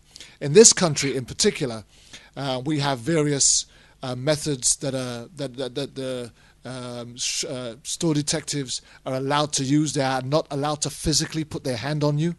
A store detective can only follow you if they suspect that you've been shoplifting, and await the arrival of a police officer to detain you.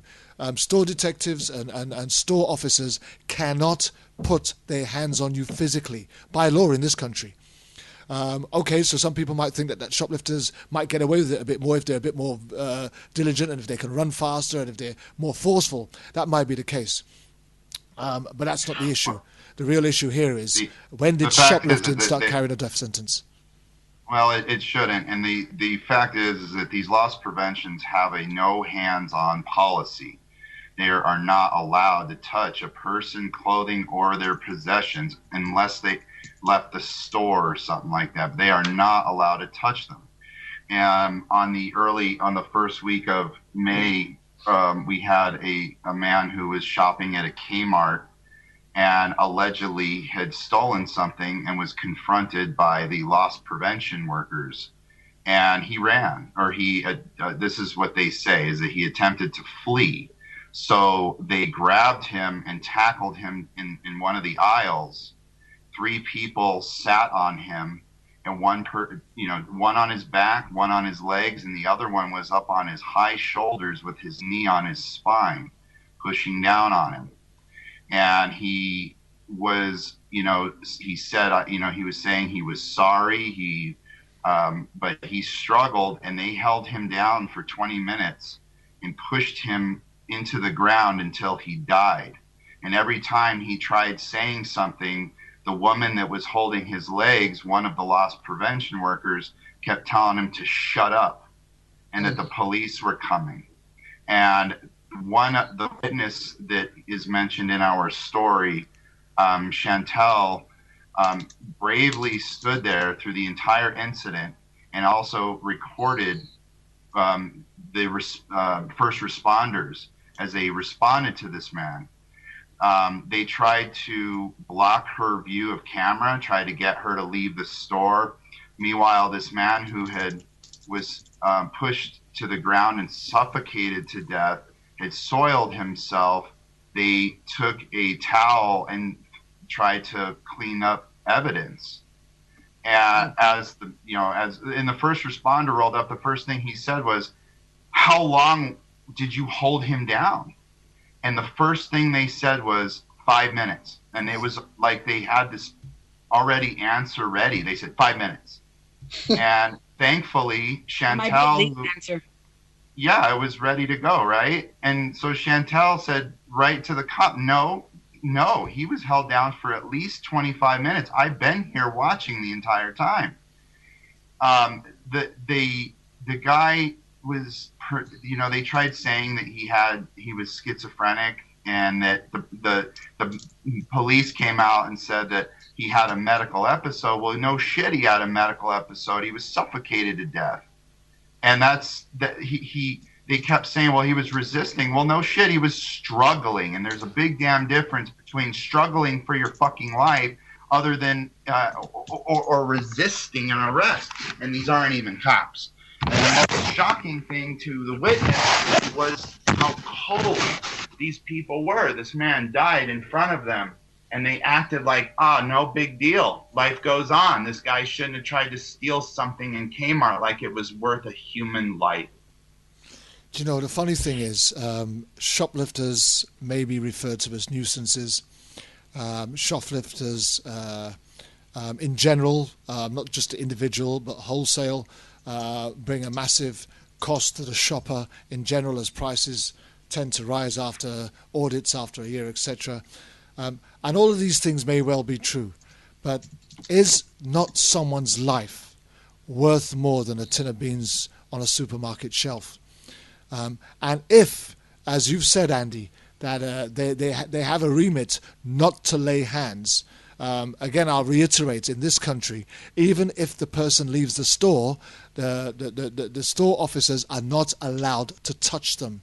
They can put their hands out in front of them, try to obstruct them in that kind of a way, but they are not allowed to physically touch them, because that is regarded as assault. Right? First and foremost, that is assault. The moment an unauthorized person puts their hand on you, that is assault. So they are not allowed to physically stop. What they are supposed to do, their remit, is to follow you while being on the radio, calling for assistance, and giving the whereabouts to the police to come and intercede at some point.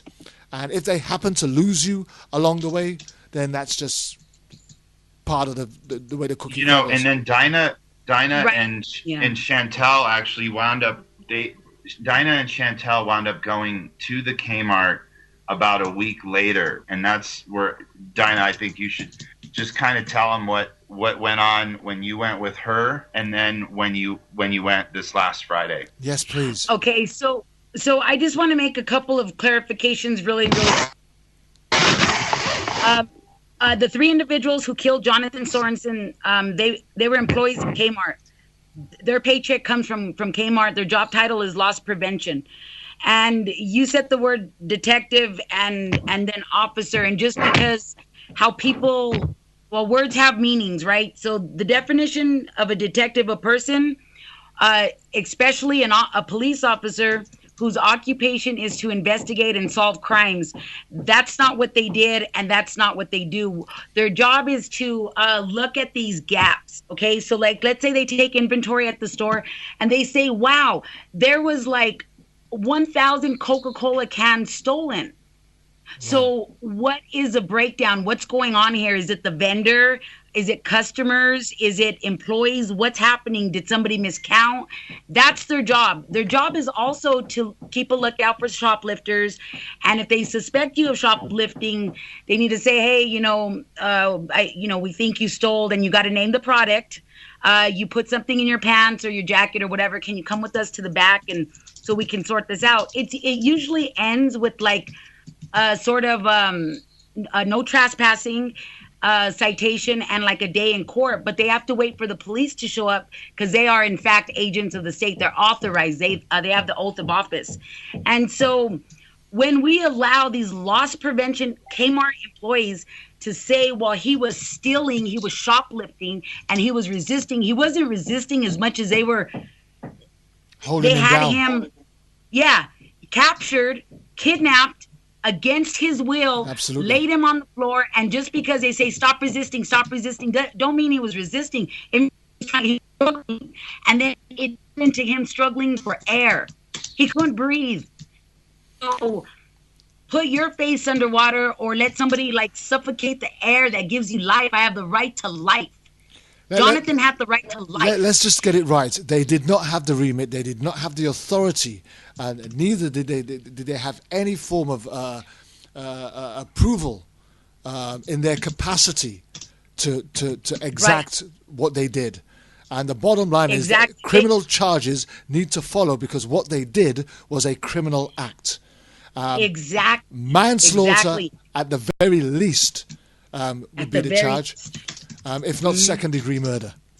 Because for me, the individual, these loss prevention workers had no right to, A, detain him or restrain him. They have no training in that area. Neither do they have the authority by court, by the law enforcement, or even by the shop Kmart that they're employed by. Have they got the authority to carry out that motion? So therefore, I cannot understand at this precise moment in time who's stopping them from A, being charged, and B, these charges to be carried forward into a court of law where these people are held responsible and accountable for the life of this young man. The thin blue line got extended. The thin blue line got extended to you cannot make this blue line up as you go along. It's standard set in our legislation. It's set as part of law enforcement. It's set. You can't just move it around and bandy it around as you feel like. So therefore, if anybody has committed the crime, what was it, by the way? What was it that he was meant to have been attempting to steal? We have yet to be told what it was. So going back to the initial story that we did, it was exclusive. We reached out to the friends who knew him. There was a scheduled candle vigil, and the witness, her name is Chantal Trujillo, and she was here in the office, and Andy and Tom were conducting an interview, and Tom wrote, one hell of a piece, representing the true facts of what had occurred roughly a week prior when they killed Jonathan in Kmart. And so Chantel was very discouraged, I guess, or disappointed that she had to work on the day that the candle vigil was going to be. But she was like, please let them know that I'm sorry I can't be there. And I said, well, hey, how about we go in front of Kmart while Tom's finishing up the story, and I could do like a little interview with you. And then, that way it sort of rallies around this candle vigil. She said, I'm down, let's go. So we got in the car, 5 minutes up the road is Kmart. And she was like, let's just go inside and do the interview. And I was like, right there where they killed him. She was like, yeah, let's go. And I said, all right, I'm down. I said, they're going to kick us out. She was like, yeah. I said, they might call the cops. She said, yeah. I said, you down? She said, yeah. I said, let's go in. So we walked in. We went right there at the spot where they took his life, And so I'm recording Chantal, and it's sort of just organic, and it's just we're just talking and like showing that there's a camera right above it, that if Kmart had nothing to show or nothing to hide, they would release the video and they would exonerate themselves. But they won't do that because they're protecting liability. And then nobody kicks us out of Kmart. We're like, what the hell? So somebody must have told them to keep their mouths shut, like Kmart executives or their shareholders. And so then we start walking around the store and we start warning their customers. We're like, hey, man, keep your hands on the basket. Make sure they can see them at all times.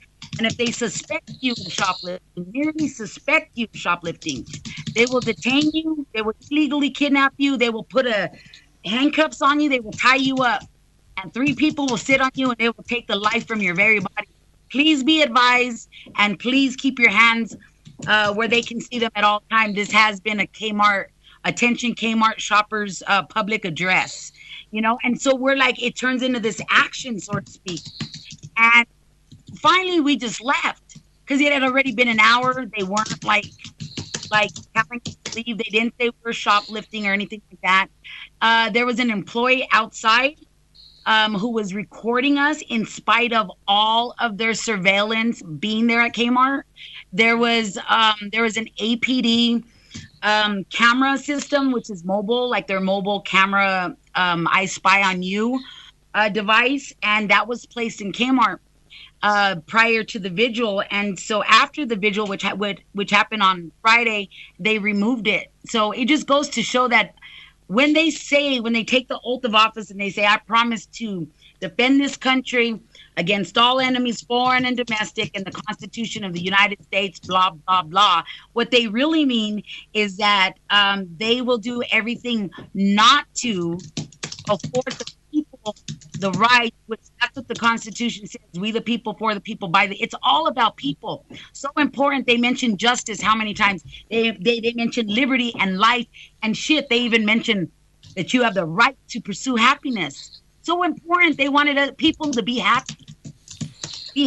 The funny thing is when minor offenders like shoplifters are seen in action, if all that's normally happen is they get away, and the next time they try to enter the store, they're greeted with a ban. I'm sorry, you're not allowed in here. But I've never seen or heard of such excessiveness used. And I'm not sure where I'm getting this from, but there's a quote that I've seen in one of the stories where he was meant to have said he only wanted some water. Now, I don't know if that meant that he wanted a drink while he was struggling or he was thirsty, or whether that's what he was actually trying to steal, a bottle of water. I'm yet to discover what that term was meant for. But the fact that we actually haven't heard what he was attempting to shoplift. Another part of the law we have in this country is that in your country you've got the loss prevention employee. We have store detectives or that kind of thing. But they are also not allowed to approach you and stop you unless they have physically seen you take something from the shelf and secrete it. They can't go on a hunch. They can't go on intuition. They can't go, well, I know that this guy is a shoplifter. I've seen him shoplift somewhere before. They have to physically have seen you remove something and secrete it in order for them to approach you and stop you and ask to search or look into your bag. And that's the law. Right. And that's the law. And you cannot be accused of shoplifting until you've actually left the store. Absolutely. So therefore, I cannot understand for the life of me how this excessiveness could have been used at such an early point where the three of them found it necessary to not just detain and restrain him, but in such an excessive, aggressive, and violent form that you'd have imagined that this man was about to walk out with the safe.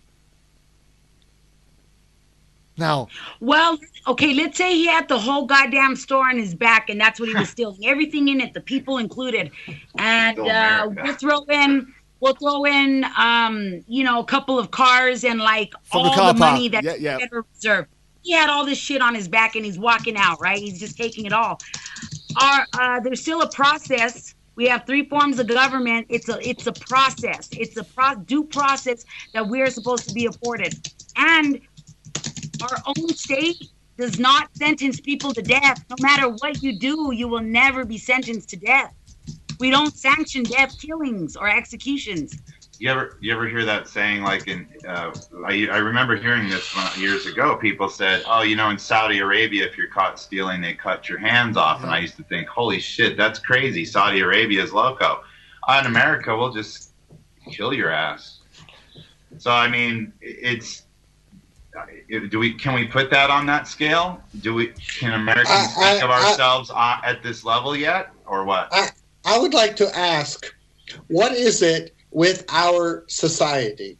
Is it the disconnect and from the internet, the lack of social development, the television maybe? I mean, it's been around a long time. But there's something, I read the other day that in some countries now, in Scandinavia and Singapore, people are actually, the government is actually putting little strips like Braille on the sidewalks to advise people who are walking while operating their cell phones that they're coming to an intersection so they don't get run over. I think if we continue along this path, the Darwinian theory of evolution will have humans developing ostrich necks that extend up and beyond our shoulders and down into a trough with a cell phone. I wonder if it's the depersonalization, the sex on demand, the, let's hook up. You get on the internet and you hook up, you go, you don't speak, you have sex, and you leave. You don't say your name, you don't speak. I read the other day, there are even internet sites now that you can go to this site, right? And they tell you where to go. And you go and you insert your sexual organ between a panel, and there's a hole there, and somebody on the other side services you either intercourse or oral or whatever you arrange in advance. We've become so depersonalized, so callous with regard to the dignity of a human being that, of course, we can expect someone to murder you because you stole bubble gum at Kmart, or because you looked at someone in a way that they didn't understand appropriately, or that you reached in your pocket for your wallet and a policeman shot you dead because he thought you were reaching for a gun, or he said that he thought that, or that you can shoot a boy eating some candy walking home because you're a vigilante and you hate black people and you've profiled them, and then you put your gun on the internet to sell it for some outrageous sum. At what point does the lack of humanity that is being caused by the desocialization through the internet and other depersonalizing activities in our lives, whether games, military, computer games, video, television, all of these distractions. When I was a young man, we were told, get outside and play baseball, basketball. We shot hoops after we did our homework. We went and played a baseball game. We went swimming. We had parties. We did things. Today, kids are at home in their little rooms, their own little empires and world, and nobody is real anymore. That is the problem that we face today. And the question is, what do we do to revitalize a sense of the magic, the miracle of another living human being who is of value in and of his own self, and not because of what he can do for us, to pleasure us, to be something to us? That seems to me the fundamental question. Our leaders we'll need a public revolt. That's what we'll need. We need a revolution. A revolution. How can people have empathy, and how can people have empathy and care for others when our government and our leaders have absolutely no empathy or love for other life as it is? We kill people with impunity. And how I think that, yes, I think technology has affected a lot of that. I mean, we have kids playing war video games. The best-selling video games over the last 10 years have been war video games, Metal Gear and all these. Call of Duty is still probably the biggest game out there. Call of Duty. I mean, come on. This is, and it's almost, to me, it's almost like here's the other thing, by the way, Andy, as you talk. Call of Duty has actually now got many, in fact, I hate to admit it, but even people that I know going out and buying themselves rifles so that they can go out hunting.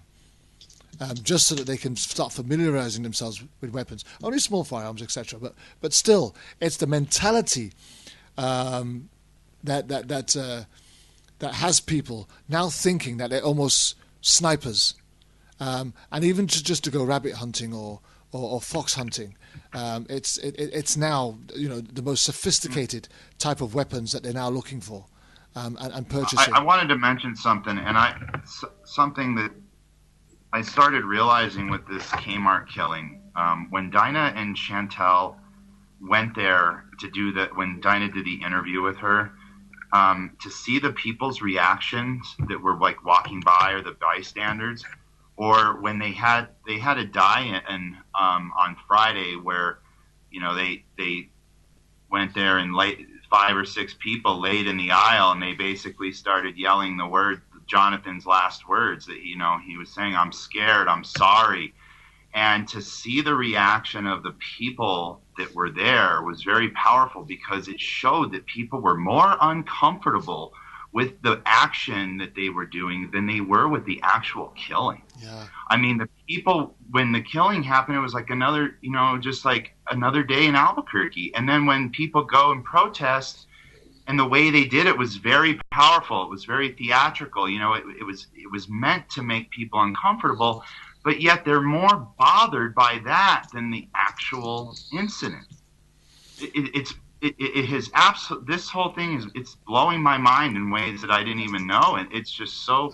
Likewise, this story is very important, and it didn't get out. We did. The story that Tom wrote, that was just phenomenal, and Chantel was such a great witness to be there. This was a great person to have there, but it didn't really make any impact in the community. Yeah. It's like we're unfazed, and I wonder if that's just out of just this happens so much that we become accustomed to this. Just before we bring in Dinah for her last word, because I believe that she's about getting ready to leave. The funny thing is, you mentioned it already, Andy. These computer games and TV programs that we watch now has made us so desensitized to killing, to murder, to the value of life.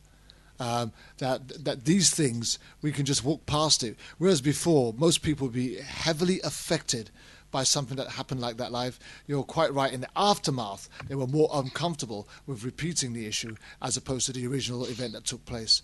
But Dinah, just before you leave, and sum that up for us as well. How was that for you, being in the middle of all of that, watching people as they operated in their uncomfortability? Hi, Dinah. I think she may have left. She did say she had to leave. Okay, I didn't see that message, and we've obviously already. Yeah, she said she had to leave, and then Andy jumped in with that remarkable statement that I like. I'm sorry. I hope I didn't cut her off. No, you did, and I hope you feel really guilty. I might later. No. Yeah. No. I'm sorry. I think that this whole idea of the internet, I'm not sure a revolution is possible, because you cannot reverse human advances in technology. What you can do is have a revolution in education, so that we put it in perspective. It's like, think of this, in the early part of America's 20th century, sex was still Victorian. And then the women's lib came, and the sexual revolution came, condoms, the birth control pill, Woodstock. All of a sudden, sex became hugely wild and free everywhere. Two things kind of curbed that. Number one, the society recognized we needed sex education to put the sexual revolution in context of good moral behavior. Not that we're taking it away from you, but you have to do it responsibly. With birth control, abortion became legal for those who find that acceptable. Condoms became, okay, and then it went along really well. And more advances in freedom came along with that. Gay rights came on the issue. Lesbianism came on the issue. Children without marriage. The stigma of illegitimate children went away. So we became much more liberal, much more accepting. And then came along the huge crisis at first, I think it was herpes, which scared everyone, and then chlamydia, and then the atom bomb of it all, the HIV virus and AIDS. And that really put a significant curtailment to the freedom of the sexual revolution in ways that was biologically induced. Now the internet has come along. And at first it was, fun, and a lot of people didn't do it. Then everybody did it. And then some things came in and some things went out. Email, texting, telephones went out of business. Basically, landlines went out of business. It's all cell phones now. And people have abused it. So we're like at the height of the sexual revolution. Now, I think there's going to be something like chlamydia, herpes, and AIDS, to put it in a biological sense, and that people are beginning to use the internet a little bit less. Why? Because they found out the government is listening to every damn thing they do. They found out that viruses are destroying things. Their privacy is being lost in a huge measure that was never conceived of before. Their bank accounts are being drained. People are hacking their computers, stealing their information. There's a lot of kind of like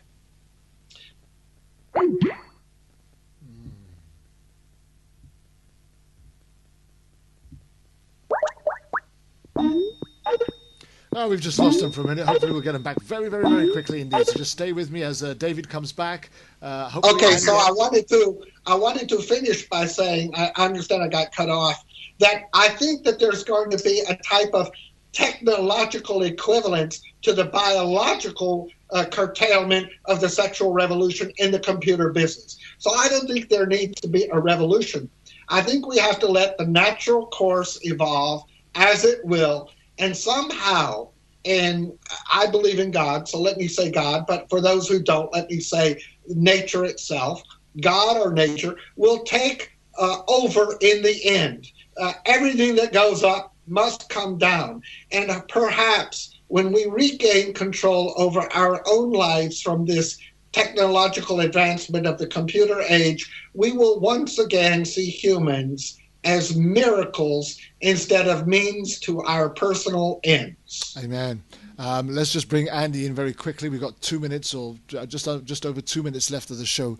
I just wanted Andy to round up as quickly as he could the subjects that we've talked about and his thoughts.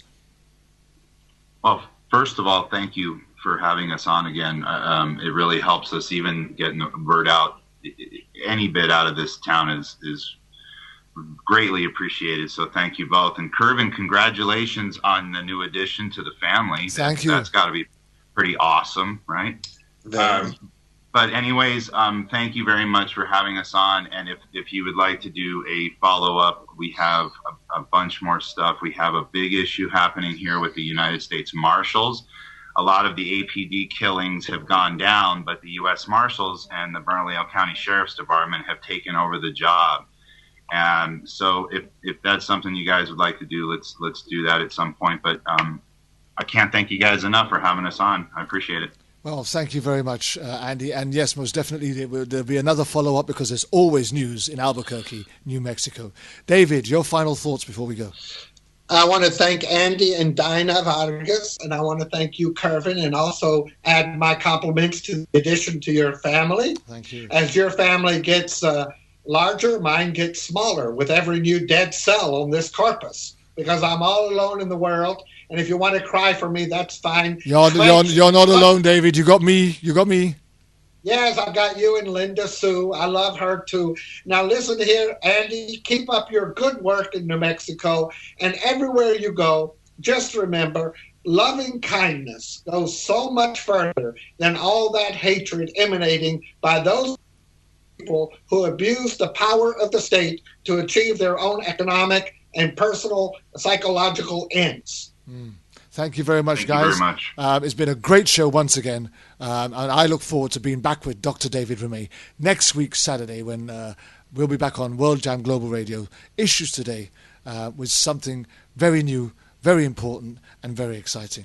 I want to thank all of our guests that have been on the show today, Dinah Vargas, Andy Christopherson, and Dr. David Remay. But as for me, Kervin Julien, Issues Today, and World Jam Global Radio, we're out of here. World Jam Global Radio, this is clarity. Thank you, Kervin and Andy. You guys are super. Oh, you're still there? Cool. I already did my time. I paid for my crime. I already did my time. I paid